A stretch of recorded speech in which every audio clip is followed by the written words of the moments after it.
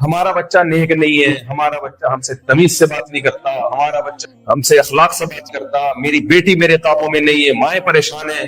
آپ کی بیٹی اگر اللہ کے قابو میں نہیں ہے تو پھر آپ کے قابو میں بولو نہیں ہو سکتا۔ آپ نے اس کو اللہ سکھانا ہے۔ ہم ماں باپ کا احترام ماں باپ کی وجہ سے نہیں کرتے، کس کی وجہ سے کرتے ہیں؟ اللہ کی وجہ سے۔ ایک بزرگ تھے، وہ یہ تابعین میں سے تھے، بہت بڑے محدث۔ پہلے زمانے میں جب کسی کے پاس حدیث کا علم ہوتا تھا نا، پوری دنیا سے لوگ آتے تھے ان کے پاس، ان کی محفل لگی ہوتی تھی، پوری دنیا سے لوگ آتے تھے ان کے پاس۔ ٹائم بتائیں کیا ہو رہا ہے؟ اچھا میں بس سمیٹتا ہوں اس کو، بیان کو جلدی سے۔ پوری دنیا سے نا لوگ آیا کرتے تھے ان کے پاس حدیث سیکھنے کے لیے، ہزاروں کا مجمع لگا ہوا ہے۔ ان کی ماں آتی، ان کو ڈانٹ کے کہتی کہ تم یہاں بیٹھے ہوئے ہو، مرغیاں بھوکی پھر رہی ہیں، چل اٹھ جا کے مرغیوں کو دانا ڈال۔ وہ اپنا پورا لیکچر چھوڑتے، بڑے بڑے محدثین بیٹھے ہوئے ہیں، بڑے بڑے علماء بیٹھے ہوئے ہیں، وہ لیکچر چھوڑ کے جا کے مرغیوں کو دانا ڈال کے آتے، اور جہاں سے لیکچر چھوڑا تھا وہیں سے شروع کر دیتے۔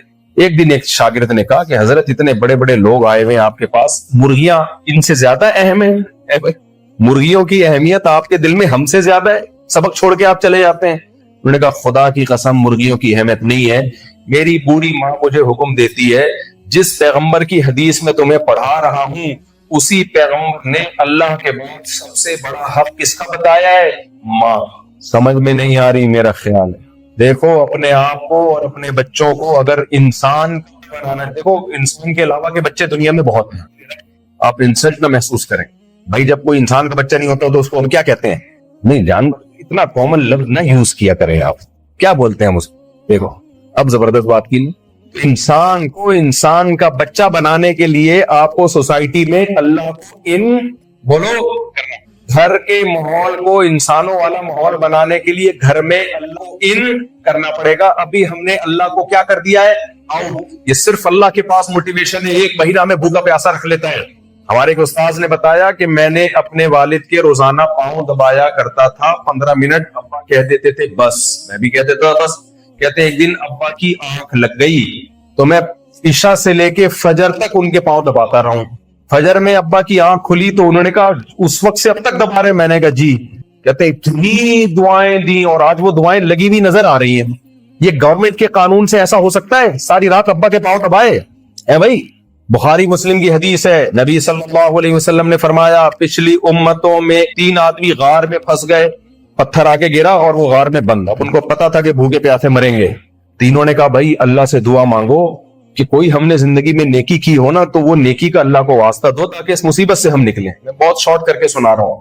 ان میں ایک نے دعا مانگی، اے اللہ میں کسی پہ عاشق تھا، کسی لڑکی پہ، اپنی چچا زاد پہ، زنا کی خواہش تھی، نہیں پوری کرنے دیتی تھی، قحط پڑا، مجبور ہو کے میرے پاس آئی، میں نے اپنی خواہش پوری کرنے کی کوشش کی۔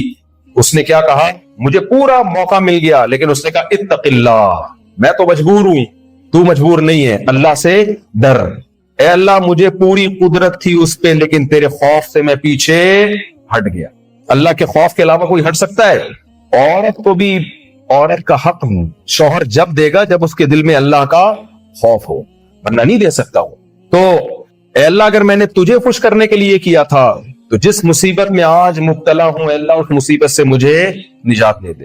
حدیث میں آتا ہے پتھر تھوڑا سا ہٹ گیا۔ دوسرے نے کہا اے میں جب گھر پہ بکریاں چرا کے آیا کرتا تھا تو میں دودھ پلاتا سب سے پہلے اپنے بوڑھے ماں باپ کو، اس کے بعد اپنے بیوی بچوں کو۔ جب میں آیا مجھے تھوڑی دیر ہو گئی، میرے بوڑھے ماں باپ سو گئے، اب میں کنفیوز تھا، ان کو اٹھاتا ہوں تو نیند خراب ہوگی اور ان سے پہلے میں کسی اور کو پلا دوں، مجھے غیرت آتی تھی۔ ساری رات دودھ کا پیالہ لے کے ان کے سر کے سہارے کنارے پہ میں کھڑا رہا۔ کس کے حکم سمجھ کے؟ اللہ نے سب سے پہلے کس کا حکم بتایا ہے؟ کس کے حکم ہے؟ ماں باپ۔ غیر مسلموں کے ہاں باپ اور ماں کا اتنا بڑا مسئلہ نہیں ہے، اللہ کے ہاں سب سے بڑا مسئلہ ہی ماں باپ کا ہے۔ وَوَصَّيْنَا الْإِنسَانَ، اللہ کہتے ہیں میں نے وصیت کر دی ہے اپنے ماں باپ کے ساتھ اچھا سلوک کرنا۔ وصیت کا لفظ کب استعمال ہوتا ہے؟ جب آپ دنیا سے جا رہے ہوتے ہیں۔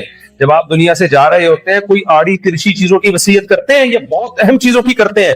اللہ دنیا سے نہیں جاتا لیکن اللہ وصیت کا لفظ استعمال کر رہا ہے یہ بتانے کے لیے جیسے باپ مرتے ہوئے وصیت کرتا ہے، چھوٹی موٹی باتوں کی وصیت نہیں ہوتی، بہت بڑی باتوں کی ہوتی ہے، بہت اہم باتوں کی۔ تو میں بھی وصیت کر رہا ہوں، لہذا اس آرڈر کو ہلکا مت سمجھنا۔ کبھی دیکھا آپ نے چھوٹی، آپ مر رہے ہو بیٹے کھڑے ہوئے کاپی پین لے کے ابا مرتے ہوئے کیا وصیت کر رہے ہیں, بیٹا یہ بنیان استری کر کے دھوپ میں لٹکا دینا. ایسی وصیت دیکھی بھی آپ نے؟ بیٹا ایسا کرنا, میں نے گولے گنڈے والے کو بولا تھا کہ 3 پارسل کر دے, اب میں مر رہا ہوں تو 2 منگوا لینا, 1 رہنے دے گا. یہ وصیتیں نہیں, یہ آرڈر ہوتے ہیں, یہ وصیتیں نہیں ہوتی. وصیت بڑی بڑی چیزوں کی ہوتی ہے. بیٹا میں مر رہا ہوں, بہنوں کا خیال رکھ, مجھے پتا ہے تم کھانے پینے کے بہت شوقین ہو, ان کی جائیدادیں بھی کھا جاؤ گے, مت کھانا, کیونکہ میں نے بھی یہی کیا تھا, میں بھی یہی چل رہا ہے نا مارکیٹ, میں بھی یہی کھایا تھا, مجھے خطرہ ہے تم بھی کیا کرو گے, جائیدادیں کھا جاؤ گے ان کی. تو نبی صلی اللہ علیہ وسلم نے فرمایا, وہ کہتا ہے اے اللہ میں نے ساری رات کھڑا رہا ماں باپ کے سامنے, اللہم ان کنت فعلت ذلک ابتغاء وجہک, اے اللہ اگر تجھے خوش کرنے کے لیے کیا, یہ کام ماں باپ کو خوش کرنے کے لیے نہیں ہو سکتا, اتنی ایفرٹس یہ کس کے لیے ہوتی ہے؟ 1 مہینہ اللہ کے لیے روزہ رکھا جا سکتا ہے, ابا اما کے لیے نہیں رکھا جا سکتا. آپ کے ابا بولے 1 مہینہ بھوکا رہے, نہیں ہو سکتا.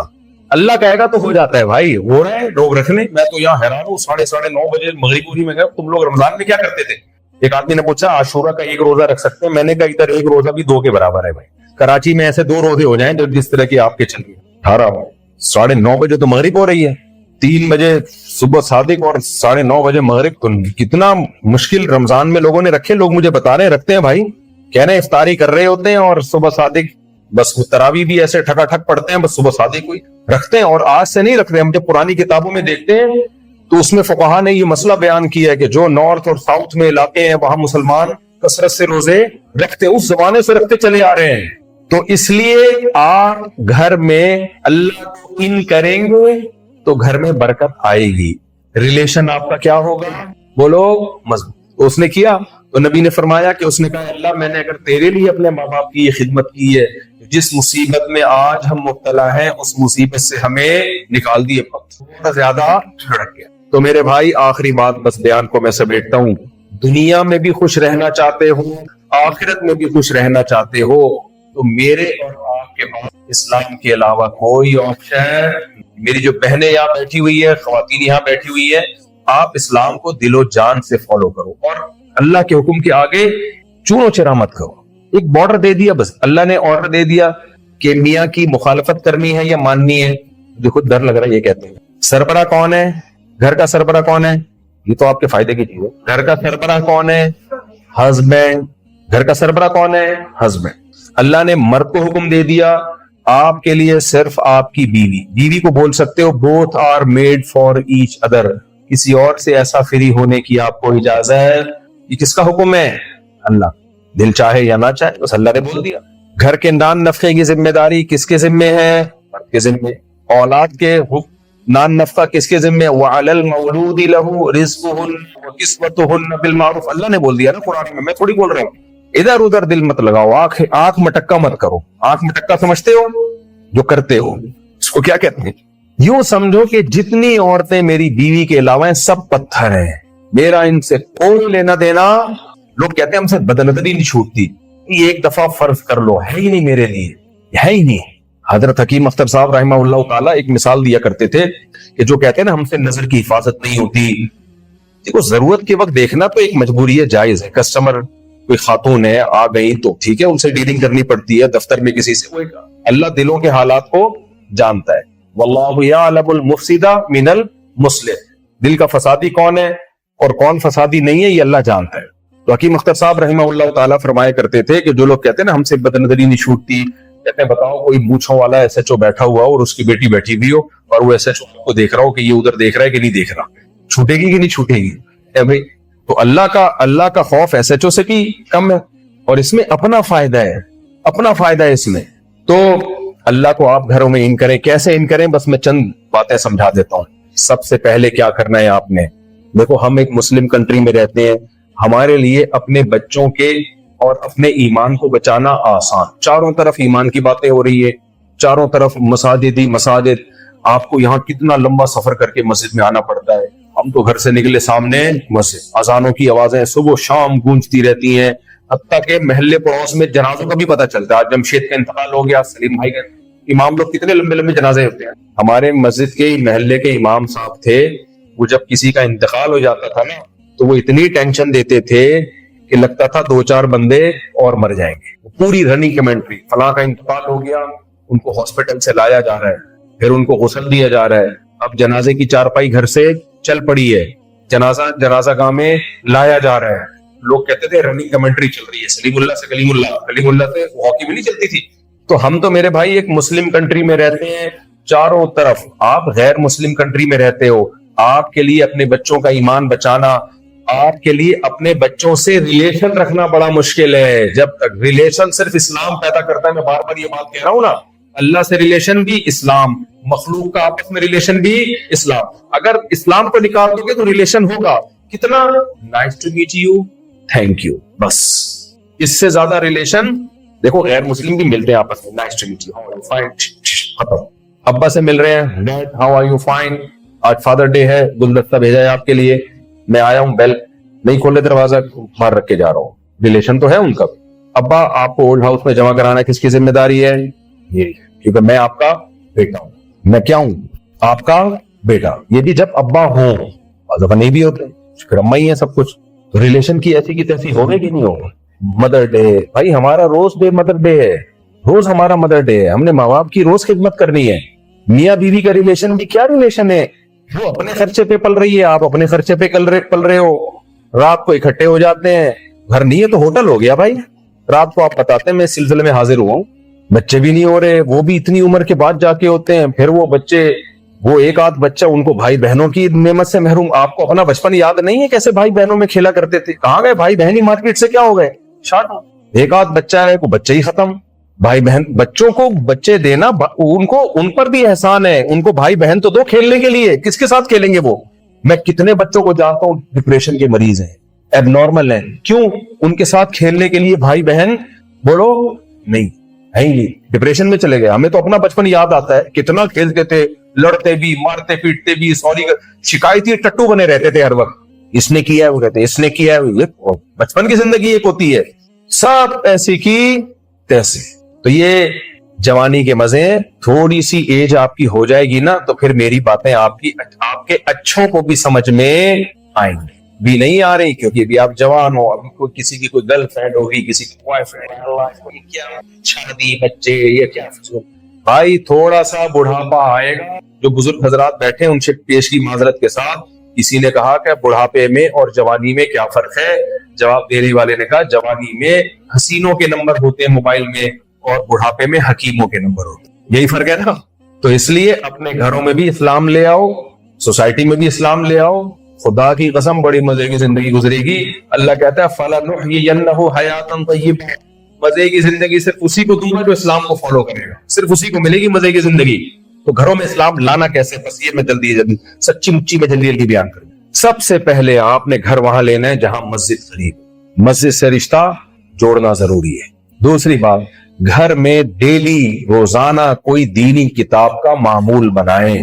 ریاض الصالحین صحیح احادیث کا مجموعہ ہے. آپ تھوڑا سا بیوی بچوں کو ٹائم دیں, بالکل مارکیٹ سے شارٹ نہ رہے. ابھی آپ نہیں ہے کراچی میں گزار لیں گے, بچوں سے آپ کا ریلیشن ہو جائے گا زور, پھر بڑھے میں بچے آپ کو لیفٹ نہیں کرائیں گے. ابھی سے بچوں سے ریلیشن بنائیں, ان کو بتایا کریں بیٹا میں جمشید ہی نہیں ہوں, تمہارا ڈیڈی بھی ہوں. صحیح ہے, میں صرف وسیم نہیں ہوں, میں رشتے میں کیا لگتا ہوں.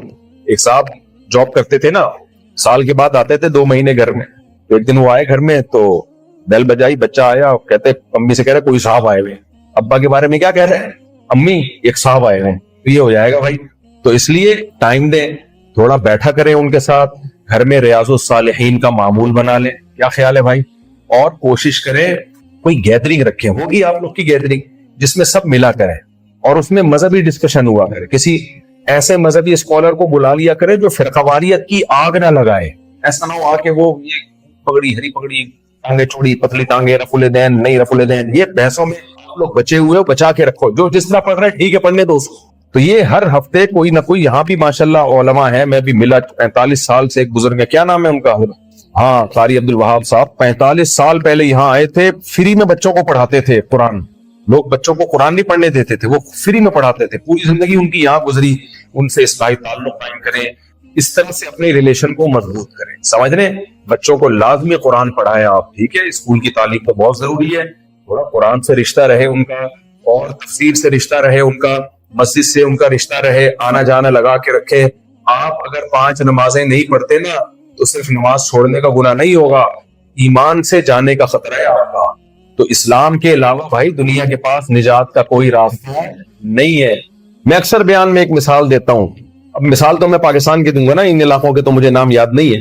آپ کراچی سے پشاور جا رہے ہیں، ٹرین میں سفر کر رہے ہیں، آپ کے ساتھ کوئی دوست بڑے اچھے آپ کے ساتھ بیٹھ گئے، یا کوئی خاتون ہے آپ کے ساتھ کوئی خاتون بیٹھ گئی، آپ نے ان سے دل لگایا، گپ شپ ہو گئی۔ انہوں نے اترنا ہے ملتان اسٹیشن پہ، آپ نے جانا ہے پشاور اسٹیشن پہ۔ اب آپ کو ان کے ساتھ اتنا لائف کو آپ نے انجوائے کیا، اتنی اچھی اخلاق والی یا وہ اخلاق والے، اب مجھے نہیں پتا آپ کی فیلنگ کیا ہے، واللہ عالم، جو بھی تھے۔ تو اب جب وہ ملتان اسٹیشن پہ بندہ آپ کا دوست اتر رہا ہے، آپ پھوٹ پھوٹ کے رو رہے ہو، اسٹریس میں جا رہے ہو، ڈپریشن میں جا رہے ہو، یار 2 گولیاں لے کر آؤ، آج میں پاگل ہو رہا ہوں، کیا ہو گیا بھائی، یہ بندہ اتر رہا ہے، مجھے یہ بہت اچھا لگتا ہے، میں اس کو نہیں چھوڑ سکتا۔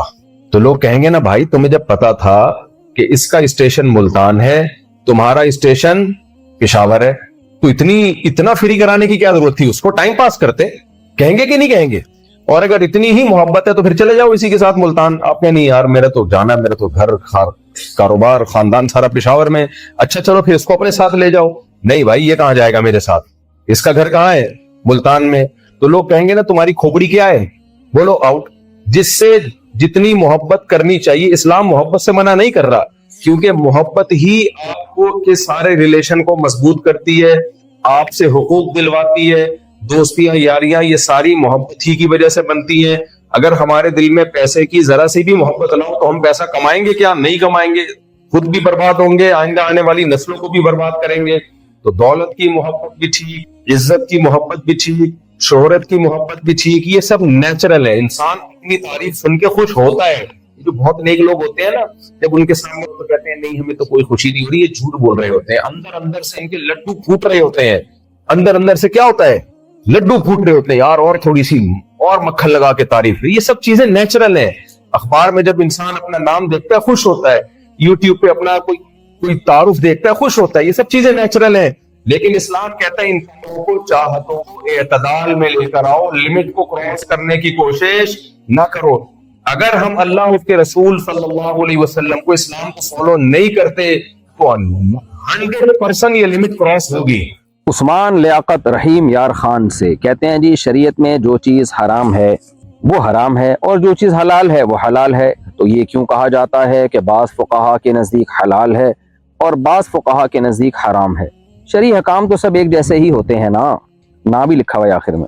جناب عثمان لیاقت صاحب، بات آپ کی ٹھیک ہے، شریعت میں کچھ حلال ہے کچھ حرام ہے جو بہت واضح ہیں، لیکن کچھ چیزیں ایسی ہیں جن میں دلائل دونوں طرف ہوتے ہیں، اور یہ حدیث سے ثابت ہے۔ نبی صلی اللہ علیہ وسلم نے ارشاد فرمایا، صحیح حدیث ہے، الحلال بین والحرام بین، حلال بھی واضح ہے حرام بھی واضح ہے، لیکن آپ نے خود فرمایا وبینہما امور، اس کے بیچ میں کچھ ایسے امور ہیں کہ وہ بہت سے لوگوں پر مشتبہ ہیں، یعنی ان میں دلائل دونوں طرف ہوں گے، کیونکہ آپ صلی اللہ علیہ وسلم کو معلوم تھا نا کہ یہ امت اجتہاد کرے گی۔ دیکھیں نبی صلی اللہ علیہ وسلم نے ایک لشکر کو بنو قریظہ کی طرف بھیجا اور فرمایا کہ جب تک وہاں پہنچ نہ جاؤ عصر کی نماز نہیں پڑھنا۔ اب وہ لشکر جب جانے لگا تو عصر کی نماز راستے میں قضا ہونے لگی۔ اب ان کا اختلاف ہو گیا، بھائی پڑھنی ہے کہ نہیں پڑھنی۔ ایک فریق نے کہا بھائی نبی صلی اللہ علیہ وسلم نے فرمایا کہ عصر کی نماز وہاں پہنچے بغیر نہیں پڑھنی ہے، لہذا ہم تو یہاں قضا کریں گے۔ ان کے نزدیک یہ تھا کہ فرض یہ تھا کہ قضا کر دی جائے نماز، کیونکہ نبی کا حکم ہے۔ دوسرے فریق نے کہا بھائی نبی کی منشا یہ نہیں تھی، نبی کا مطلب یہ نہیں تھا، نبی نے تو ہمیں حفاظت کے پیش نظر کہہ دیا کہ عصر کی نماز راستے میں نہ پڑھو، مقصد یہ تھوڑی تھا کہ نماز ہی قضا کر دو۔ نماز قضا کرنے پر تو قرآن کے واضح الفاظ ہیں، حافظوا علی الصلوات والصلاۃ الوسطی، درمیانی نماز یعنی عصر کی خاص طور پہ حفاظت کرو تم۔ تو اب ان میں اختلاف ہو گیا، تو ایک فریق نے پڑھی ایک نے نہیں پڑھی۔ اب دونوں فریق جب نبی کے پاس آئے ہیں تو آپ صلی اللہ علیہ وسلم نے کسی کو بھی ملامت نہیں کی۔ تو اس میں آپ نے اپنے عمل سے ایک اصول بتا دیا کہ بھئی جب دلائل دونوں طرف ہوں گے تو اس میں اگر فقہا کا اختلاف ہو جائے تو کسی ایک فریق کو بھی 100% غلط نہیں کہا جائے گا اور گمراہ نہیں کہا جائے گا۔ دوسری حدیث میں بھی یہ مضمون ہے، آپ نے فرمایا کہ المجتہد اذا اجتہد، جب کوئی مجتہد اجتہاد کرتا ہے، مجتہد کہتے ہیں کہ جس کے پاس قرآن و سنت کا بہت واضح علم ہو، بہت گہرا علم ہو اور بہت مہارت ہو، اور پھر اللہ نے ان کو قرآن و حدیث سے مسائل نکالنے کا ملکہ بھی دیا ہو۔ تو آپ صلی اللہ علیہ وسلم نے فرمایا جب مجتہد اجتہاد کر کے کوئی رائے قائم کرتا ہے فَإِنْ أَصَابَ فَلَهُ أَجْرَانِ، اگر وہ درست نتیجے تک پہنچے تو اس کو 2 اجر ملتے ہیں. وَإِنْ أَخْطَأَ فَلَهُ أَجْرٌ وَاحِدٌ، اگر اس سے غلطی بھی ہوتی ہے تو بھی 1 اجر ملتا ہے. تو کچھ چیزیں تو واضح طور پر حلال ہیں، جیسے گائے کا گوشت ذبح کر کے آپ نے اللہ کا نام لے کے کھا لیا، حلال ہے. اونٹ کا گوشت حلال ہے، بکرے کا گوشت حلال ہے، ان میں کوئی اختلاف نہیں ہے. اور نباتات حلال ہیں. بہت ساری چیزیں اللہ نے حلال کی ہیں جن کے حلال ہونے میں امت میں کوئی اختلاف نہیں، بہت وضاحت کے ساتھ بتا دیا. لیکن کچھ چیزیں ایسی ہیں جو بعض فقہا کے نزدیک حرام ہیں، بعض فقہا کے نزدیک حلال ہے. وجہ اس کی ہے کہ ان میں دلائل ایسے واضح نوعیت کے نہیں ہیں. مثال کے طور پر سمندر کی مخلوق میں کیا مچھلی حلال ہے یا مچھلی کے علاوہ بھی مخلوق حلال ہے؟ تو اب امام ابو حنیفہ اس حدیث سے استدلال کرتے ہیں، احلت لنا میتتان السمک والجراد. نبی صلی اللہ علیہ وسلم نے فرمایا 2 مردار ہمارے لیے حلال ہیں، ایک مچھلی اور ایک ٹڈی، یعنی ان کا وہ ذبح کیے بغیر بھی ہم کھا سکتے ہیں. تو مچھلی کو مستثنیٰ کیا ہے. اور دیگر علماء کہتے ہیں احل لکم صید البحر، اللہ نے سمندر کے شکار کو اس آیت میں حلال قرار دیا ہے. امام ابو حنیفہ کی طرف سے اس کا جواب یہ ہے کہ بھئی اگر سمندر میں مچھلی کے علاوہ مخلوق حلال ہے پھر تو یہ ہپو آپ میرے پیچھے دیکھ رہے ہیں یہ بھی حلال ہوگا، یہ بھی تو زیادہ تر پانی میں ہی رہتا ہے. مگرمچھ بھی حلال ہوگا، یہ بھی تو زیادہ تر پانی میں ہی رہتا ہے. تو اس لیے امام ابو حنیفہ کا قول ہے کہ بھئی مچھلی کے علاوہ کچھ بھی حلال نہیں ہے، اور ہمیں صحابہ تابعین سے ملتا بھی نہیں ہے کہ مچھلی کے علاوہ کچھ کھایا ہو. دیگر ائمہ کہتے ہیں کہ نہیں بھائی، ہمیں جو ہے وہ قرآن میں جب یہ ہے کہ سمندر کا شکار حلال ہے تو حلال ہے، تو امام صاحب کہتے ہیں اس شکار سے مچھلی مراد ہے. بہرحال اب اس میں لمبی چوڑی بحث ہے. تو اب جب دلائل دونوں طرف ہوتے ہیں تو پھر یہی ہے کہ آپ کو جس فقیہ پر زیادہ اعتماد ہو اس کی رائے پر عمل کریں، اور بہتر یہی ہے کہ جو طریقہ صدیوں سے چلا آ رہا ہے کہ ایک فقہ کو فالو کریں، یا تو فقہ ابو حنیفہ کو فالو کریں، یا فقہ شافعی کو فالو کریں، یا فقہ مالکیہ کو، یا فقہ حنبلی کو، اس لیے کہ چاروں فقہ مدون ہیں. لیکن جب کریں تو پھر ایک کو پراپر کریں. ایسا نہیں کہ ایک جگہ جھینگا کھانے کے لیے شافعی بن گئے اور بغیر ولی کے لڑکی سے نکاح کرنے کے لیے حنفی بن گئے، یہ پھر دین کے ساتھ تماشا ہے. تو یہ چیزیں قرآن و سنت ہی سے ثابت ہیں. فقہا کا اختلاف تو اس میں امت کی خیر ہے، اس لیے کہ اس اختلاف کا فائدہ یہ ہوتا ہے کہ جہاں شدید ضرورت ہوتی ہے، جہاں ایک اجتماعی ضرورت ہوتی ہے، تو پھر اس قول پہ بھی فتویٰ دینے کی گنجائش ہوتی ہے. دوسرے فقہا کا قول ہے جس میں گنجائش ہے. مثال کے طور پر جھینگے کا بزنس بہت ہوتا ہے، تو اب اگر بزنس کو بھی حرام کہہ دیا جائے تو بہت سارے لوگوں کی تجارت خراب ہو جائے گی، بہت سارے مسائل ہوں گے. تو اس میں حنفی بھی یہی کہتے ہیں کہ بھئی بزنس کی حد تک جائز ہے، کیونکہ اس میں اتفاق نہیں ہے اس کے حرام ہونے میں.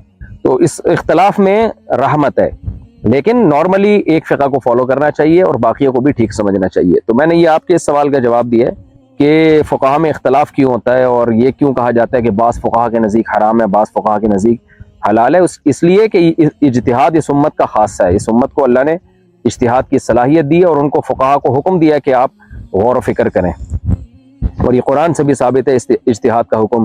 لَعَلِمَهُ الَّذِينَ يَسْتَنبِطُونَهُ مِنْهُمْ کہ اللہ فرماتے ہیں جب کوئی بھی خبر تمہارے پاس آئے، چاہے وہ قرآن و سنت کی خبر ہو یا کوئی بھی کسی بھی شعبے کی خبر ہو، تو ماہرین کو دو تاکہ وہ اس کی ڈیپتھ میں جا کے اس کا مطلب نکال کے لائیں تمہارے سامنے. اچھا جی، اگر کسی عورت کو ضرورت کی وجہ سے باہر، یہ ہپو بہت نالائق طریقے سے بات کرتا ہی ہے، کیسے گدھے کی طرح چیخ رہا ہے. اگر کسی عورت کو ضرورت کی وجہ سے باہر جانا پڑے اور اس کے پاس اتنے پیسے نہ ہوں کہ وہ پرائیویٹ رکشہ کرا کے جا سکے، تو وہ بس میں یا ایسے رکشے میں سفر کر سکتی ہے جس میں اور لوگ بھی بیٹھے ہوئے ہوتے ہوں، جبکہ اس میں نہ چاہتے ہوئے بھی مردوں سے ہاتھ وغیرہ ٹچ ہو جاتے ہیں کیونکہ اس میں رش بہت ہوتا ہے. ایسی صورت میں عورت کیا کرے؟ یہ تو کسی صورت میں جائز نہیں ہے کہ عورت کا جسم کسی غیر مرد سے ٹچ ہو. تو رکشے میں مردوں کے ساتھ بیٹھنا تو بالکل جسم ٹچ ہو رہا ہوتا ہے، یہ ناجائز ہے بالکل. تو اس کی کوئی گنجائش نہیں ہے. یہ صرف علاج کے طور پر، جب لیڈی ڈاکٹر نہ مل رہی ہو، علاج ایک ایسی ضرورت ہے جس کے بغیر تو زندہ ہی نہیں رہ سکتے، ظاہر ہے پھر تو بہت شدید تکلیف ہوتی ہے. تو علاج معالجہ تو کیونکہ زندگی کا تعلق ہے نا اس سے، یا شدید بیماری بھی ایک طرح سے موت ہی کی صورت ہوتی ہے، تو ایسی صورت میں تو میل ڈاکٹر سے مجبوراً علاج کرانا پڑتا ہے. لیکن جس طرح بسوں میں مرد اور عورت چپک کے بیٹھے ہوئے ہوتے ہیں، رکشوں میں بیٹھے ہوئے ہوتے ہیں، اس کی کوئی گنجائش نہیں ہے. اس کا کوئی حل خواتین کو تلاش کرنا چاہیے، کوئی متبادل. کسی مسلمان کا غیر مسلم کے سامنے جھکنا کیسا ہے؟ کسی کے سامنے بھی جھکنا جائز نہیں اللہ کے سوا، خوب سمجھ لو، نہ مسلم نہ غیر مسلم. گلنار صاحبہ ممبئی سے، مفتی صاحب مجھے حدیثیں پڑھنے کا بہت شوق ہے، میرے پاس 3-4 حدیث کی کتابیں ہیں، آپ بھی کچھ اچھی حدیث کی کتابوں کے نام بتا دیں. ریاض الصالحین بہت بہترین کتاب ہے، علامہ نووی رحمہ اللہ تعالیٰ کی، وہ آپ خرید کے رکھ لیں، ترجمہ بھی اس کا لے لیں اگر عربی آپ کو نہیں آتی ہے. اور علامہ ذہبی کی بھی کتاب ہے کبیرہ گناہوں کے بارے میں، کہ انہوں نے صرف وہ احادیث جمع کی ہیں جو کبیرہ گناہوں سے متعلق ہیں، وہ بھی آپ لے سکتی ہیں، بہت اچھی کتاب ہے وہ بھی۔ مظہر علی چانڈیو سندھ: مفتی صاحب میرے گھر میں میری بات کوئی نہیں مانتا۔ ابے کسی کے گھر میں کسی کی بات کوئی نہیں مانتا آج کل بھائی صاحب، میں ان کو سمجھاتا ہوں لیکن وہ میری بات نہیں مانتے اور ہمیشہ نقصان اٹھاتے ہیں، لیکن نقصان اٹھانے کے بعد بھی میری بات نہیں مانتے۔ کوئی بات نہیں، آپ اپنا کام سے کام رکھیں، جب نہیں مان رہے تو چھوڑ دیں، آپ کیوں ٹینشن لے رہے ہو بھائی۔ باہر کے ملک میں اسائلم لے کر پیسے کمانا جائز ہے یا نہیں؟ دیکھو پیسے اسائلم سے نہیں کمائے جا سکتے، پیسے تو جاب کر کے کماتے ہیں، اگر وہ جاب درست ہے تو پیسے بھی جائز ہیں، جاب صحیح نہیں ہے تو پیسے بھی ناجائز ہیں۔ شراب بیچنے کی جاب کر رہے ہو تو ناجائز ہے، اور اگر حلال کام کی جاب کر رہے ہو تو جائز ہے۔ باقی اسائلم لینا، اگر جھوٹ بول کے اسائلم لیا ہے تو اس کا گناہ بہرحال ہوگا۔ بہت سے لوگ یہ کر رہے ہوتے ہیں، وہاں جاتے ہیں جھوٹ بوٹ بنا لیتے ہیں کہ ہمیں یہ فائرنگ ہوئی تھی ہمارے اوپر، بعض لوگ تو فیک فائرنگ بھی کرواتے ہیں اپنے اوپر، تو یہ سب ناجائز ہے، دھوکے میں آتا ہے۔ نبی صلی اللہ علیہ وسلم نے فرمایا جو دھوکہ دے وہ ہم میں سے نہیں ہے، اس کو چاہیے اپنے آپ کو مسلمانوں کی فہرست سے باہر نکال دے، اسلام اور مسلمانوں کو بدنام نہ کرے۔ جو لوگ غیر اللہ کو پکارتے ہیں ان کے بارے میں یہ کہا جا سکتا ہے کہ وہ آیتوں کا انکار کرتے ہیں، جیسے کہ قرآن میں غیر اللہ کو پکارنا منع ہے، لیکن یہ لوگ پھر بھی قبروں کو پکارتے ہیں، کیا یہ قرآن کی آیات کا انکار تو نہیں ہوا؟ بالکل 100% انکار ہوا۔ جیسے جو لوگ یہ کہتے ہیں نبی صلی اللہ علیہ وسلم کو کلی علم الغیب تھا، سب کچھ کا علم تھا، ما کانا وما یکون، تو حضرت عائشہ فرماتی ہیں رضی اللہ عنہا، صحیح حدیث ہے کہ اس نے اللہ کی کتاب کا انکار کیا، کیونکہ اللہ قرآن میں کہتے ہیں کہ غیب کا علم اللہ کے سوا کسی کو نہیں ہے۔ تو ایسے ہی جو قبروں کو پکارے، غیر اللہ کو پکارے دعاؤں میں، تو وہ چاہے 100 دفعہ زبان سے کہے کہ میں قرآن کو مانتا ہوں، لیکن حقیقت میں وہ قرآن کا منکر ہے، کیونکہ قرآن تو شروع ہی یہاں سے ہو رہا ہے، ایاک نعبد و ایاک نستعین، اے اللہ ہم تیری ہی عبادت کرتے ہیں اور تجھ ہی سے مدد طلب کرتے ہیں۔ یہی کا لفظ اللہ نے لگایا ہے کہ تیرے علاوہ کسی سے نہ مدد مانگیں گے اور نہ جو ہے تیرے سوا کسی کو پکاریں گے۔ میرا ایک کلپ آج کل چل رہا ہے جس میں نے یہ کہا کہ نبی صلی اللہ علیہ وسلم کو بھی اللہ نے اختیارات نہیں دیے، یعنی اسباب سے ہٹ کے اختیارات، اور پیغمبر کو پکارنا بھی دعاؤں میں جائز نہیں ہے۔ اتنے لوگوں نے نیگیٹو کمنٹس کیے ہوئے کہ ان لوگوں کی قسمت میں نبی کی تعظیم ہے ہی نہیں، ان لوگوں کو کبھی توفیق ہی نہیں ملتی کہ نبی سے محبت کی بات کریں، ایسی فضول باتیں۔ بھائی نبی سے محبت کا تقاضا یہ ہے کہ آپ عقیدہ توحید پر قائم رہیں۔ ہمارے نبی صلی اللہ علیہ وسلم تو توحید سکھانے آئے تھے، توحید کے علمبردار تھے، اور آپ نے ایسی توحید زندہ کی، آپ نے فرمایا کہ شیطان مایوس ہو گیا کہ جزیرہ عرب میں اس کی عبادت ہو، یعنی شرک پھیلے جزیرہ عرب میں۔ تو آج یہی وجہ ہے کہ سعودی عرب میں آپ دیکھیں کہ شرک نہیں ملے گا آپ کو۔ تو سید الانبیاء صلی اللہ علیہ وسلم، سرور کائنات صلی اللہ علیہ وسلم سے جو حقیقی محبت کرے گا وہ توحید کا قائل ہوگا، اور باقی نبی سے محبت کا تقاضا یہ ہے کہ آپ صلی اللہ علیہ وسلم پر کثرت سے آپ پر درود پڑھا جائے، آپ کی تعلیمات کو فالو کیا جائے، اللہ تعالیٰ سے آپ کے حوض کوثر سے اور دست مبارک سے پانی پینے کی سعادت مانگی جائے، آپ کی شفاعت مانگی جائے۔ یہ چیزیں ہیں پیغمبر کی محبت میں۔ آپ نے پیغمبر کے محبت میں وہ کام کر لیا جو عیسائیوں نے حضرت عیسیٰ ابن مریم کی محبت میں کیا، کہ حضرت عیسیٰ ابن مریم کو معاذ اللہ کا بیٹا بنا ڈالا، یا یہ کہ ان کو مختار کل مشکل کشا بنا ڈالا، ان سے دعائیں بھی مانگتے ہیں وہ، تو یہ تو نبی کی محبت کا لیبل ہوگا، یہ نبی کی محبت نہیں ہے بھائی۔ میں عالم بننا چاہتا ہوں لیکن میرے گھر والے اجازت نہیں دیتے، میں کیا کروں؟ وہ کچھ اور پڑھانا چاہتے ہیں۔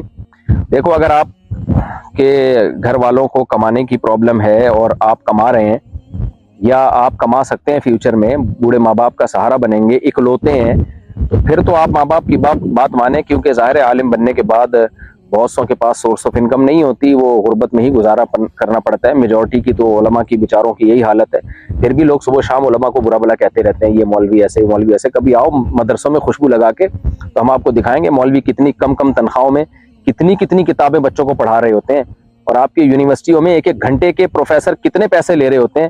میں ایسے ٹیچروں کو جانتا ہوں 25-30 سال سے مدرسوں میں پڑھا رہے ہیں، کتنی محنت کر رہے ہیں، ان بیچاروں کی حالت دیکھو جا کے۔ لیکن یہ کہ ہاں ظاہر ہے 2 نمبر مولوی بھی ہوتے ہیں، وہ پھر حرام طریقے سے کما رہے ہوتے ہیں، میں ان کی بات نہیں کر رہا، لیکن 1 نمبر بھی ہوتے ہیں۔ تو عام طور پر مولانا جو صحیح مولانا ہے ان بیچاروں وہ اکثر غریبی ہوتے ہیں، اور بہت کم لوگ ہوتے ہیں جن کے تکے لگ جاتے ہیں اور کاروبار چل جاتے ہیں ان کے، یا یہ کہ وہ پہلے سے ہی باپ دادا سے ہی مالدار ہوتے ہیں، یا وراثت ان کو مالدار بنا دیتی ہے، لیکن میجورٹی تو علماء صلحاء میں غربا اور مساکین ہی کی ہے۔ تو اس لیے ماں باپ کو ڈر ہوتا ہے مولوی بن جائے گا تو ہم بھی ایسے ہی پڑے رہیں گے، یہ بھی۔ تو اس لیے اگر آپ اکلوتے ہیں اور ماں باپ کو یہ ڈر ہے کہ کمانے کھلانے والا ہمیں کوئی نہیں ہوگا، تو ایک الگ بات ہے۔ لیکن اگر آپ کے اور بھی بھائی ہیں تو پھر آپ اگر عالم بننا چاہیں تو پھر ماں باپ آپ کو روکنے کا حق نہیں ہے۔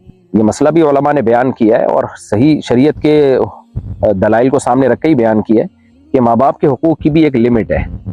تو مثال کے طور پر بچہ چاہتا ہے میں بزنس کروں، ماں باپ کہتے ہیں نہیں تو ڈاکٹر ہی بنے گا، تو یہ زبردستی ہے۔ اس میں اگر بچہ ماں باپ کی نافرمانی کرتا ہے تو انشاءاللہ امید ہے گناہگار نہیں ہوگا۔ تو بچہ چاہتا ہے میں سفر پہ جاؤں، ماں باپ زبردستی روک رہے ہیں، وہ پڑھنے کے لیے جانا چاہتا ہے، کاروبار کے لیے جانا چاہتا ہے، بلا وجہ روک رہے ہیں اس کو، تو یہ جو ہے نا اس میں ماں باپ کی اطاعت واجب نہیں ہے۔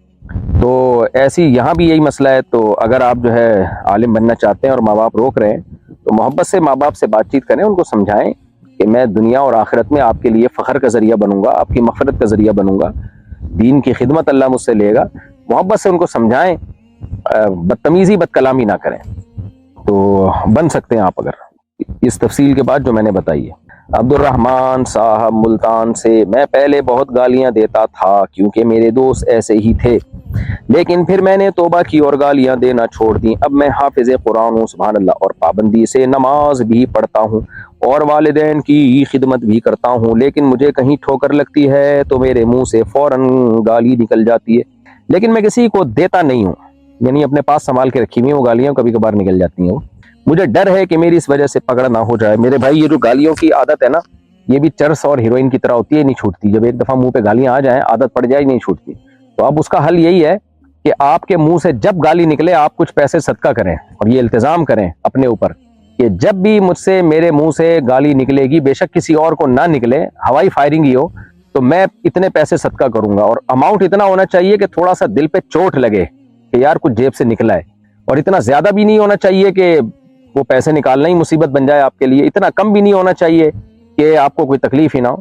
تو وہ آپ اپنی آمدن کے حساب سے اپنے لیے سزا متعین کر سکتے ہیں، سزا رکھیں انشاءاللہ۔ آہستہ آہستہ یہ جو ہوائی فائرنگ والی گالیاں ہیں یہ والی بھی انشاءاللہ ختم ہو جائیں گی۔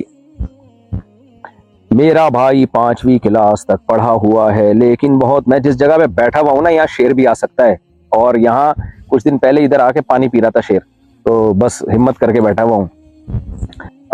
اوئے ہوئے آواز کہاں سے آ رہی ہے؟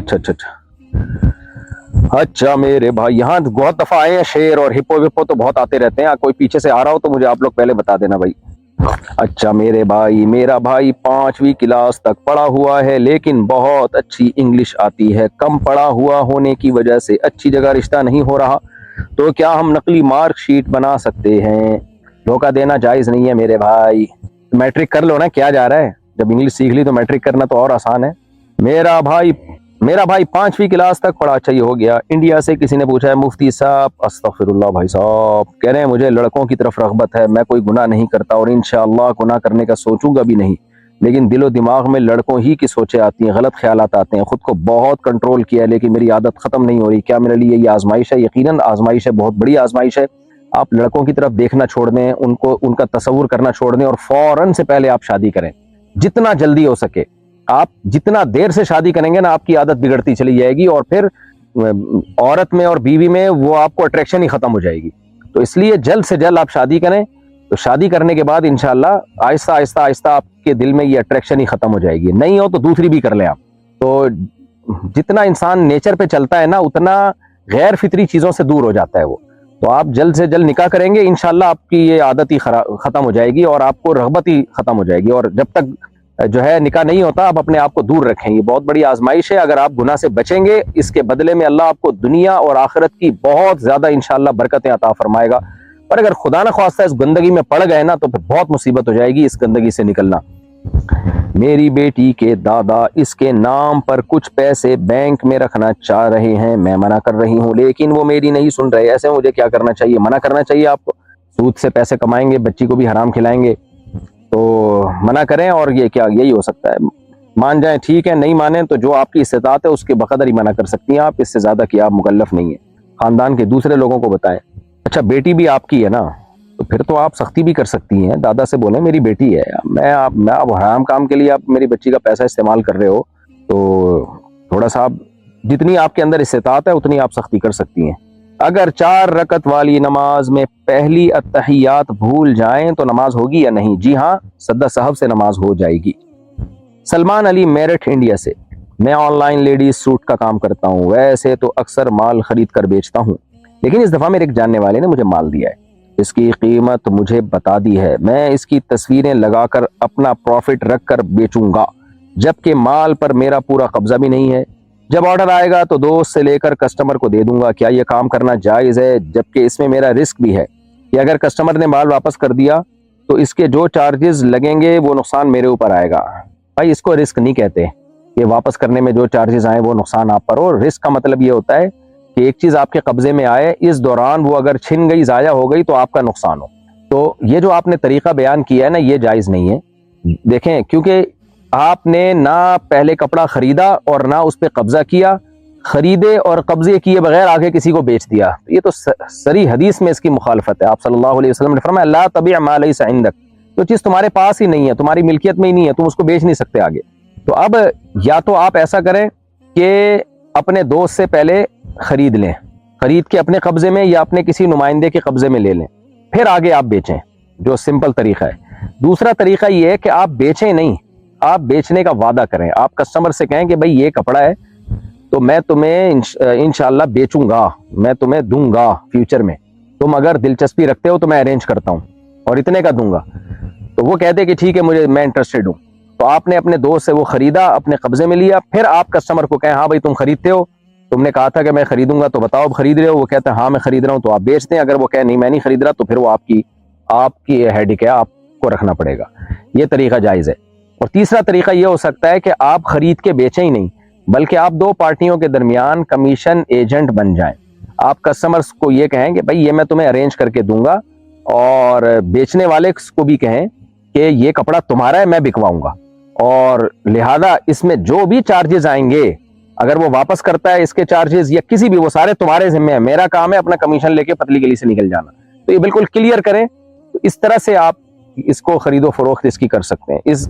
تو اس تیسری صورت میں کیا ہوگا کہ جس نے بیچا ہے نا، تو اگر ڈیلیوری کے دوران کوئی نقصان ہو گیا تو بیچنے والے کا نقصان ہوگا، کیونکہ آپ صرف کمیشن ایجنٹ ہیں۔ تو آپ یہ بیچنے والے کو بتائیں گے بھائی صاحب یہ تمہارا نقصان کہلائے گا اگر اس دوران چیز ضائع ہو گئی، تو اس کو کلیئر کر کے اس طریقے سے آپ بیچ سکتے ہیں۔ ادروائز جو طریقہ آپ نے اختیار کیا ہے وہ جائز نہیں ہے، اور آج کل بہت سے لوگ یہ ایک غلط طریقے سے خرید و فروخت کر رہے ہیں۔ بنگال سے کسی نے پوچھا ہے میں ایک باز کا بچہ اپنے گھر لے آیا تھا، باز نہیں ہوتا جو شاہین، فیلکن، اسے کچھ دنوں کے بعد آزاد کرنا تھا لیکن وہ پنجرے میں مر گیا اور میں نے اسے دفنا دیا، کیا اللہ مجھے معاف کر دے گا؟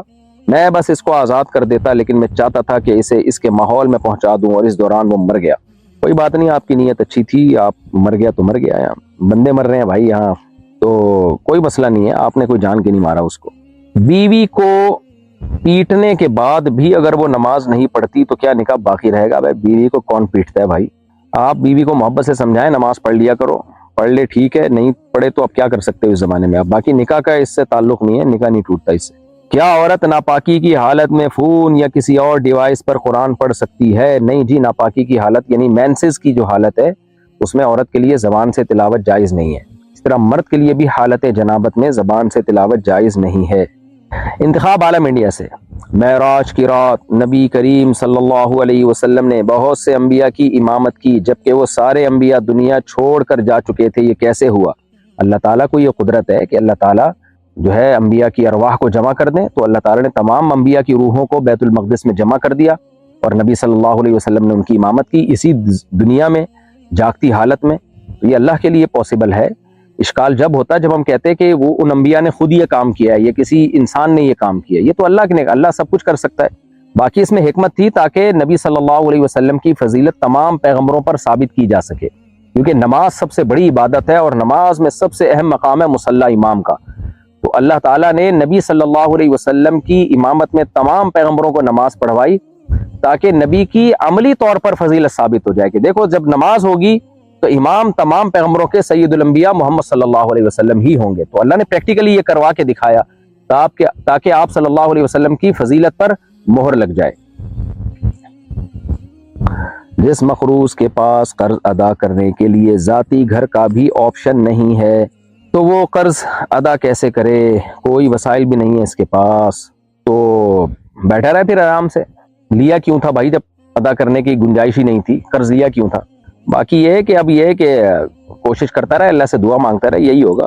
لا یکلف اللہ نفسا الا وسعها، جتنی استطاعت ہو اللہ اس سے زیادہ کسی کو مکلف بناتے نہیں ہیں. لیکن یہ تو سوال ہوگا نا کہ جب ہے ہی نہیں تو قرضہ لیا کیوں تھا بھائی؟ ہاں لیا تھا، اس کے بعد کسی حادثے میں پیسے ہلاک ہو گئے تو ایک الگ بات ہے. مفتی صاحب میں انڈیا سے ہوں، میرے اسکول کی ٹائمنگ 9:30 سے 3:30 تک ہے، تو میں ظہر کی نماز کیسے ادا کروں؟ ہندو اسکول ہے، وہاں الاؤ بھی نہیں کریں گے، اور یہاں عصر کی اذان 4:30 پر ہو جاتی ہے، تو میں ظہر 3:30 کے بعد پڑھ لوں؟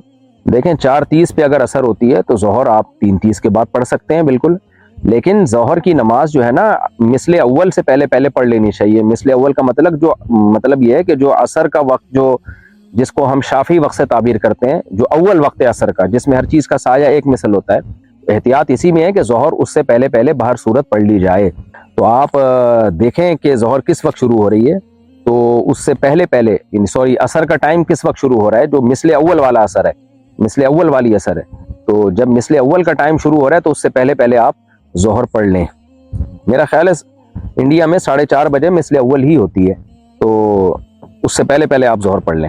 بہرحال نماز قضا کرنا کسی صورت میں جائز نہیں ہے، یہ آپ دماغ میں اچھی طرح بٹھا لیں، چاہے ہندوؤں کے اسکول میں پڑھا رہے ہوں یا عیسائیوں کے اسکول میں. رکوع میں 3 دفعہ کیا پڑھتے ہیں؟ رکوع میں 3 دفعہ سبحان ربی العظیم، سبحان ربی العظیم، سبحان ربی العظیم، یہ پڑھتے ہیں. 3 دفعہ سے زیادہ پڑھنے پر بھی پابندی نہیں ہے، زیادہ بھی پڑھ سکتے ہیں. میں باہر ملک میں رہتا ہوں، یہاں مجھے جمعے کی نماز پڑھنے کے لیے نہیں جانے دیتے کیونکہ مسجد بہت دور ہے. میں کیا کروں؟ کہیں میں جمعہ چھوڑنے سے کافر تو نہیں ہو جاؤں گا؟ اگر مسجد دور ہے لیکن ہے اسی شہر کے اندر ہی تو آپ کو جمعہ پڑھنے کے لیے جانا پڑے گا. 3 جمعے اگر کوئی چھوڑ دینا تو روایت حدیث کے مطابق اس پہ مہر لگ جاتی ہے، اور جمعہ چھوڑنا بہت بڑا گناہ ہے. آپ ایسا کریں، اپنے باس کو ایک لیٹر لکھیں، بہت ہی محبت کے ساتھ اس کو ہدیے دیں، تحفے دیں، کیونکہ غیر مسلم کنٹریز میں ایسا ہوا ہے. مجھے خود لوگوں نے بتایا کہ ہمیں اجازت نہیں تھی جمعہ پڑھنے کی، تو کہہ رہے ہم نے لیٹر لکھ کے دیا اور بڑی مکھن لگائے باس کو، کہا کہ سر میں اتنا ٹائم جو ہے اضافی لگا دوں گا، جو میرا جمعے کے ٹائم پہ آنے جانے میں جو ٹائم خرچ ہوگا نا 1 گھنٹہ 1.5 گھنٹہ، تو میں ایکسٹرا دے دوں گا وہ کمپنی کو، اور اس کے میں کوئی پیسے الگ سے نہیں لوں گا. اس طرح سے آپ کریں گے تو انشاءاللہ اجازت مل جائے گی.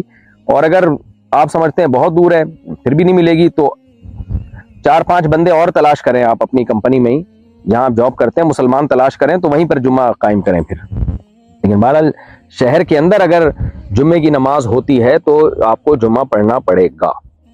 مفتی صاحب میں اپنی خالہ کی بیٹی سے محبت کرتا ہوں، نکاح کا پیغام بھیجا ہے لیکن وہ لوگ منع کر رہے ہیں کیونکہ میری عمر 20 سال ہے، لڑکی کی عمر 23 سال ہے، میں کیا کروں؟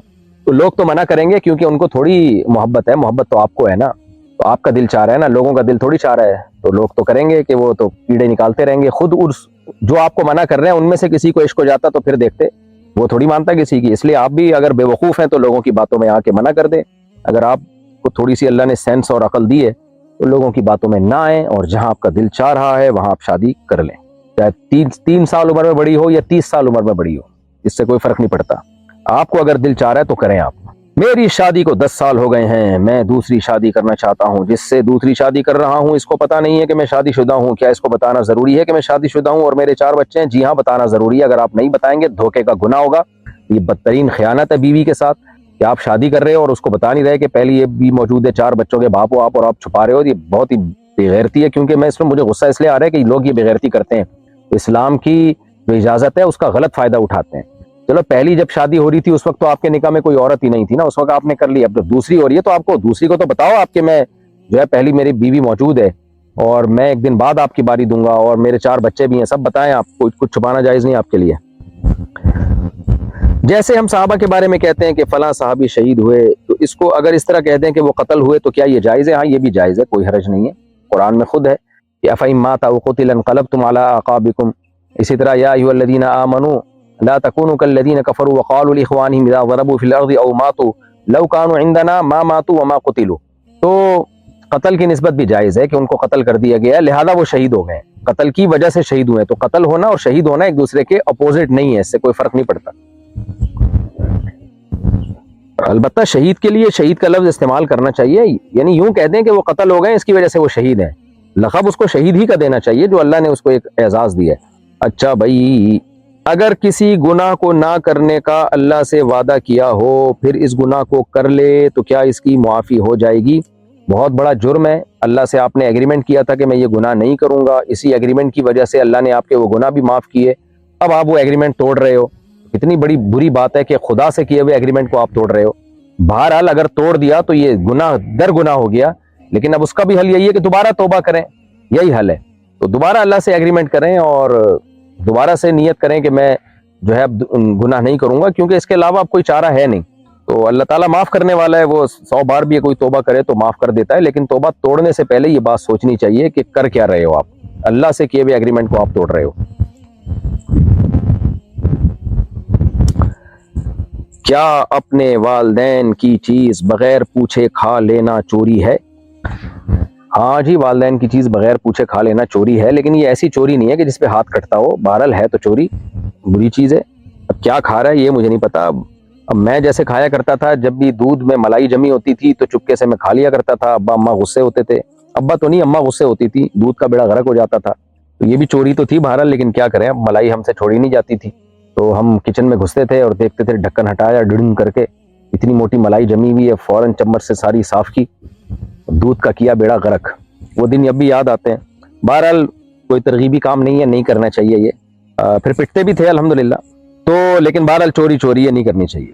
محمد شیر خان منصوری انڈیا سے, اگر مورتی کے سامنے اگربتی جلائیں تو کیا یہ حرام ہے, اور اگر یہ کام مجبوری میں کرنا پڑے تو اس کا کیا حکم ہے؟ دیکھیں, اگربتی مورتی کے سامنے جلانا اگر کسی قوم میں عبادت سمجھا جاتا ہے, یہ عبادت ہے. میرا تو یہی خیال ہے کہ مورتیاں جلانا اگربتیاں جلانا مورتی کے سامنے یہ عبادت کے طور پہ ہی ہوتا ہے. تو پھر تو کافر ہو جائیں گے اسی وقت, اگر کوئی مسلمان یہ کام کرتا ہے مشرک ہو جائیں گے. اور اگر عبادت کے طور پہ نہیں ہے اگربتی جلانا, بلکہ اس نیت سے ہے کہ یہاں لوگ عبادت کرنے کے لیے آئیں گے تو ان کو تھوڑی خوشبو ملے, تو بھی یہ کام مسلمان کے لیے حرام اور گناہ کبیرہ ہے.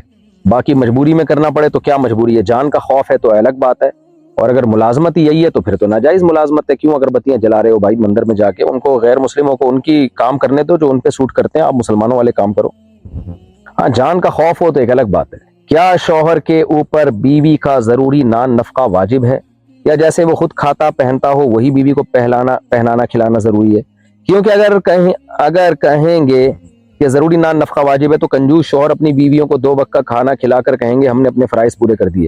دیکھیں, نبی صلی اللہ علیہ وسلم نے فرمایا اپنی بیوی کو وہ پہناؤ جیسا تم خود پہنتے ہو, یعنی جس اسٹینڈرڈ کے کپڑے خود پہنتے ہو وہ کھلاؤ جو تم خود کھاتے ہو. کیا مطلب, جس اسٹینڈرڈ کی خوراک تمہاری ہے وہی خوراک بیوی کی بھی ہونی چاہیے. تو یہ اخلاقیات ہیں, یہ نبی صلی اللہ علیہ وسلم نے بتائے ہیں. اسی طرح قرآن میں آتا ہے عاشروہن بالمعروف, اچھے طریقے سے بیویوں کے ساتھ پیش آؤ.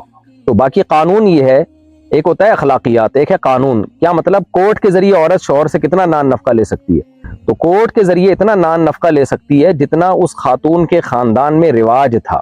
اگر وہ مالدار گھرانے کی خاتون تھی تو مالدار گھرانے کی خواتین کا اسٹینڈرڈ خوراک کا الگ ہوتا ہے, غریب گھرانے کی خواتین کا اسٹینڈرڈ الگ ہوتا ہے. تو اس میں مالدار اور غریب کے فرق کے لحاظ سے وہ نان نفقہ لے سکتی ہے. یہاں تک کہ اگر کوئی خاتون بہت اپر لیول کی فیملی سے ان کا تعلق تھا, کوئی بہت ہی مالدار تھی, ان کے گھر میں نوکر چاکر ہوتے ہیں, تو پھر علماء نے یہ بیان کیا ہے کہ پھر شوہر کے ذمہ بیوی کے نان نفقے میں نوکر کا انتظام بھی داخل ہے, کہ اس کو نوکر کا بھی انتظام کر کے دے اس کو. تو اس میں کوئی ایک لگا بندہ معیار نہیں ہے. لڑکی جس کے خاندان کا جو اسٹینڈرڈ تھا, جو لیونگ اسٹینڈرڈ تھا, وہ مینٹین رکھنا ضروری ہے, بشرطے کہ شوہر میں اس کی استطاعت بھی ہو. تو اس لیے اس میں یہ شوہر یہ کہہ دے کہ 2 ٹائم کا کھانا, تو 2 ٹائم کا تو آج کل کسی کے یہاں رواج ہی نہیں ہے. کم سے کم 6 ٹائم کا کھانا تو سبھی پھوڑ رہے ہوتے ہیں بیٹھ کے, نہیں تو 3 ٹائم کا تو ہوتا ہی ہے, ناشتہ, دوپہر کا کھانا, رات کا کھانا. تو یہ تو غریب سے غریب گھروں میں بھی ہوتا ہے. تو اس لیے شوہر 2 ٹائم کا کھانا دے کے جان نہیں چھڑا سکتا. اس کو اخلاقیات کا تقاضا تو یہ ہے کہ جو اسٹینڈرڈ اس کا ہے وہی بیوی کو کا اسٹینڈرڈ دے. اور اگر یہ نہیں کر سکتا, کنجوس ہے, تو کم از کم اتنا پھر شرعاً اس پر واجب ہے کہ جو اس عورت کے جو لڑکی والے, یعنی جو ہے نا, جو اس کی بیوی کا جو میکا ہے, ان کا جو لیونگ اسٹینڈرڈ ہے اس اسٹینڈرڈ کو مینٹین رکھے کم از کم. یعنی اور اس میں میرا خیال ہے 2 ٹائم کا کھانا کہیں بھی نہیں ہوتا, 3 ٹائم کا ہوتا ہے آج کل ہر جگہ, تو وہ دینا پڑے گا اس کو. باقی خواتین کو بھی چاہیے نا کہ شوہر کی جیب کو بھی دیکھ کے مطالبہ کیا کریں. میں ان خاتون کی بات نہیں کر رہا, ان کے علاوہ اور جو ابھی میرے مسائل کے چینل دیکھ رہی ہیں ان کے علاوہ کی بات کر رہا ہوں. تو بعض دفعہ شوہر بیچارہ غریب ہوتا ہے, مالی حالات خراب ہو جاتے ہیں, تو پھر اس میں عورت کو شریک حیات ہوتی ہے نا. تو شریک حیات کا مطلب یہ ہے کہ پھر روکھی سوکھی میں شوہر کے ساتھ شریک ہو جائے, لیکن اس میں یہ بھی ضروری ہے کہ وہ خود بھی تو روکھی سوکھی کھا رہا ہو نا. ایسا نہ ہو باہر مرغے بریانی پھوڑ رہا ہو, گھر میں آ کے بے روزگاری کی باتیں کرتا ہو کہ میں پیسے نہیں ہے پیسے نہیں ہے، تو باہر جا کے کیا کیوں پھوڑتا ہے پھر اتنی چیزیں؟ گٹکے کے پیسے تیرے پاس کہاں سے آتے ہیں؟ اچھا خیر جی، محمد سہیل میوات سے نماز پڑھنے کے لیے کیا نیت کرنی چاہیے؟ زکوٰۃ دینے کی نیت کرنی چاہیے بھائی، نماز کے پڑھنے کے لیے نماز کی نیت کرنی چاہیے، اور وہ ہوتی ہے جب آپ کھڑے ہوتے ہیں تو کس سلسلے میں آئے ہوئے ہوتے ہیں مسجد میں، اللہ اکبر کہہ کے کیا کر رہے ہوتے ہیں آپ؟ تو اتنا استحضار دل میں ہونا چاہیے کہ میں نماز پڑھ رہا ہوں، اور اگر فرض پڑھ رہا ہوں تو فرض کی نیت، دل میں استحضار ہو کہ میں ظہر پڑھ رہا ہوں یا عصر پڑھ رہا ہوں، بس اتنا استحضار، سنتیں پڑھ رہا ہوں تو فرض نہیں پڑھ رہا، بس اتنا کافی ہے۔ البتہ وطر میں بھی الگ سے نیت ضروری ہے کہ وطر پڑھ رہا ہوں، بس اتنا کافی ہے۔ باقی زیادہ ڈیٹیل والی جو آج کل نیتوں کی پوری پوری گردانے پڑھ رہے ہوتے ہیں، یہ ثابت نہیں ہے اور یہ ٹھیک نہیں ہے، اس کو چھوڑ دینا چاہیے۔ کسی مسلمان کی شرک پر موت ہو تو اس کے لیے مغفرت کی دعا یا اس کے لیے توبہ استغفار کر سکتے ہیں؟ ہرگز نہیں۔ اگر شرک پر موت کے بعد استغفار کی پرمیشن اللہ کسی کو دیتا تو سب سے پہلے حضرت ابراہیم علیہ السلام کو اجازت دیتا کہ وہ اپنے والد کے لیے استغفار کریں، لیکن اللہ نے ان پر بھی پابندی لگائی، قرآن میں آتا ہے، اور نبی صلی اللہ علیہ وسلم پر پابندی لگائی اپنے چچا ابو طالب کے لیے جو ہے ان کے لیے دعا کریں۔ تو شرک کے لیے، مشرک کے لیے دعا کرنے کی اجازت نہیں ہے۔ البتہ نبی صلی اللہ علیہ وسلم کے چچا ابو طالب نے چونکہ نبی صلی اللہ علیہ وسلم کی بے پناہ خدمت کی تھی اور بہت آپ کا ساتھ دیا تھا، اس لیے حدیث میں آتا ہے کہ نبی صلی اللہ علیہ وسلم کی شفاعت اتنی کام آئے گی قیامت کے دن کہ ان کو سب سے کم ترین عذاب دیا جائے گا۔ اللہ تعالی ہم سب کو عذاب سے محفوظ رکھے، لیکن بہرحال دعا کرنا، استغفار کرنا یہ جائز نہیں ہے۔ مفتی صاحب، میرے گھر والے کہتے ہیں کہ دیوبندی کافر ہیں کیونکہ وہ میلاد کو نہیں مانتے اور کہتے ہیں کہ ان کو چھوڑ دو۔ میں آپ کے بیانات سنتا ہوں چھپ چھپ کر،